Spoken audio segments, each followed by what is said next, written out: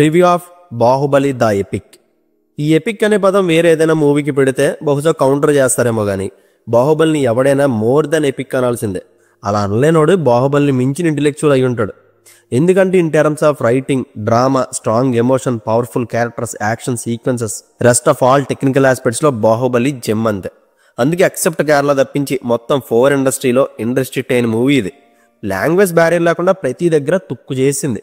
ఈ బాహుబలి ఇచ్చిన భరోసాయే పాన్ ఇండియా గేట్స్ ఓపెన్ చేసి ఇప్పుడు చిన్న సినిమా పెద్ద సినిమా లేదు, కంటెంట్ బాగుంటే అది ఏ లాంగ్వేజ్ ఫిల్మ్ అయినా మిగతా లాంగ్వేజెస్ లో ధైర్యంగా డబ్ చేసి రిలీజ్ చేస్తున్నారు. దీనికి కర్త కర్మ క్రియ రాజమౌళిస్ బాహుబలి. ఇది ఇండియన్ సినిమాకి ఒక రెవల్యూషన్.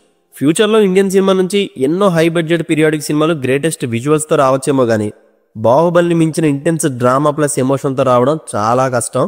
మరి అలాంటి మాస్టర్ పీస్ని 2 పార్ట్స్ కలిపి ఒకే పార్ట్గా 3 hours 45 minutes డ్యూరేషన్తో దింపుతున్నారంటే చూడడానికి పెద్ద ప్రాబ్లం లేదు, కానీ కూర్చోడానికే ప్రాబ్లం. ఎందుకంటే మనకు బాహుబలి అనేది అరగదీసేసిన CD. So scene to scene మనకు క్లియర్గా తెలుసు.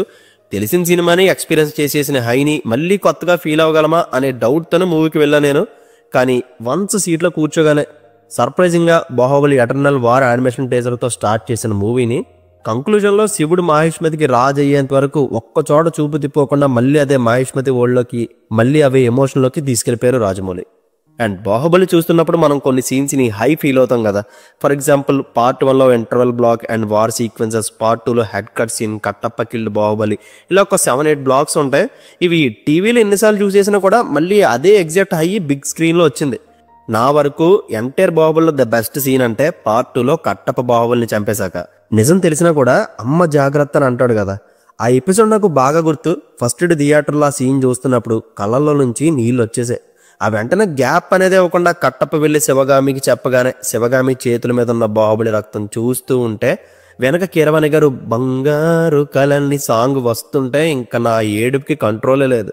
ఇప్పుడు కూడా ఆ సీన్ని మూవీలో ఇన్వాల్వ్ అయి చూస్తే సేమ్ ఎమోషన్ వచ్చింది. కానీ మీసాలు గడ్డలు వచ్చేసి ఏడిస్తే అసహ్యంగా ఉంటుందని ఆగిపోయా. నిజంగా one of the greatest emotional scenes అది. అండ్ మన ప్రభాస్ అన్న స్క్రీన్ ప్రెజెన్స్ గురించి చెప్పుకోవాలంటే ఆ ప్రైమ్ టైం లుక్ చాలా మిస్ అవుతున్నాను నేను. జస్ట్ గెటప్ వేసి మీసాలు తిప్పితే చాలు రాజులా కనబడిపోతాడు. కిరీటం కూడా అవసరం లేదు, లుక్స్లోనే ఒక రాయల్టీ వచ్చేస్తుంది. వితౌట్ ప్రభాస్ బాహుబలి లేదు. రానాకనే రీప్లేస్మెంట్ వెతకచ్చేమో కానీ ప్రభాస్ అన్న ప్లేస్లో ఎవరు ఇమాజినేషన్ కూడా రారు. అంత బాగా 2 క్యారెక్టర్స్ని పుల్ ఆఫ్ చేయగలుగుతారు. ఆ ఇన్వాల్వ్మెంట్ అండ్ ఆ కటౌట్ తన స్థాయిని ఇప్పుడు ఇండియా వైడ్ ఎవడు అందుకునే పొజిషన్లో నిలబడుతుంది. ఈ డిజర్వ్స్ ఆల్ ద అప్లాస్. ఇంకా ఈ 3 hours 45 minutes ఏం ఉంచారు, అసలు ఏం తీసేశారు అనేది ఆల్రెడీ రాజమౌళి గారు చెప్పేశారు. కానీ ఫస్ట్ టైం శివుడు మహిష్మతి రాజ్యంలోకి అడుగుపెట్టే సీన్ ఉంటుంది కదా, ఆ సీన్ని స్క్రీన్ ప్లే బెజ్జల్ దేవ పాయింట్ ఆఫ్ నుంచి చూపించారు. ఇది ఆల్రెడీ రాజమౌళి గారు ఇలా చెయ్యాలి అని ఇనీషియల్ టైంలోనే అనుకున్నారంట, బట్ సమ్ రీజన్స్ వాళ్ళు చేయలేదు. ఫైనల్ ఇందులో మనం అది చూడొచ్చు. చాలా బాగుంటుంది ఆ scene. And soul of the film emotion అయితే ఎక్కడ మిస్ అవ్వలేదు. అది మాత్రం చాలా జాగ్రత్తగా మెయింటైన్ చేసుకుంటూ వెళ్ళారు. కానీ హై సీన్స్లో ఉండే డీటెయిలింగ్ని క్రిస్పీ ఎడిట్ చేశారు. తప్పదు, మరీ మోర్ దెన్ 5.5 hours ఉండే ఫిల్మ్ని కట్ చేయడం అంత ఈజీ కాదు కదా. చాలా వాటిని సాక్రిఫైస్ చేసుకుంటూ వెళ్ళిపోవాలి. బట్ ఓవరాల్ మీకు ఖచ్చితంగా మ్యాడ్ ఎక్స్పీరియన్స్ మళ్ళీ ఇస్తుంది. చూడాల వద్దన్న డౌటే వద్దు, డెఫినెట్గా చూడాల్సిందే.